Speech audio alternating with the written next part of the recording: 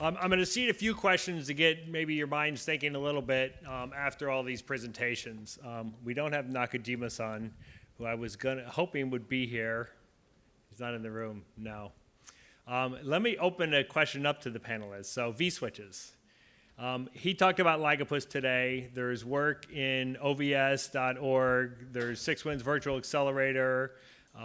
Wind River has their own vSwitch. Lots of different vSwitches out there. Some are open. He mentioned Ligapus being an open source vSwitch. ovs.org is clearly open, and other ones are commercial.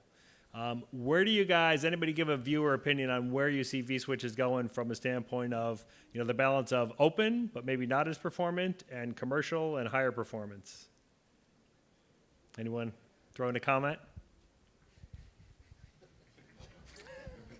What was the question? Not everybody at once. No, I think vSwitches are a necessity for us. I think now. you got to hold the mic up a little bit more. Okay, vSwitches are a necessity for us because we need that support inside the host to switch packets from platform or from VM to VM or container to container.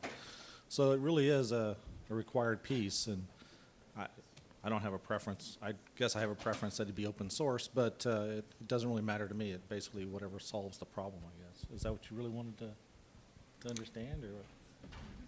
Well, Arun, do you have some comments? yeah, well, so I'm open, right, at this point, right? We don't have any preferences yet, right? It's got to be about performance, right? So there's two elements to it, right? So when we make any decisions, there's really two aspects to it. There's a performance, a technology aspect to it, and then there's a commercial aspect to it, right? So, and they all have to come together. Both of them have to come together, right? So it's got to be about what's the best solution that meets our technology requirements, and I'm assuming better performance is always going to be the winner there, right? We've seen a progression and evolution in the work that we've done with Intel Labs specifically, right? We've seen that evolution. We see a roadmap that promises better performance going forward also, right? So yeah, obviously it's got to be the better performing vSwitch that we have to prefer, but then now, so that's really the question that I don't think we have an answer for yet.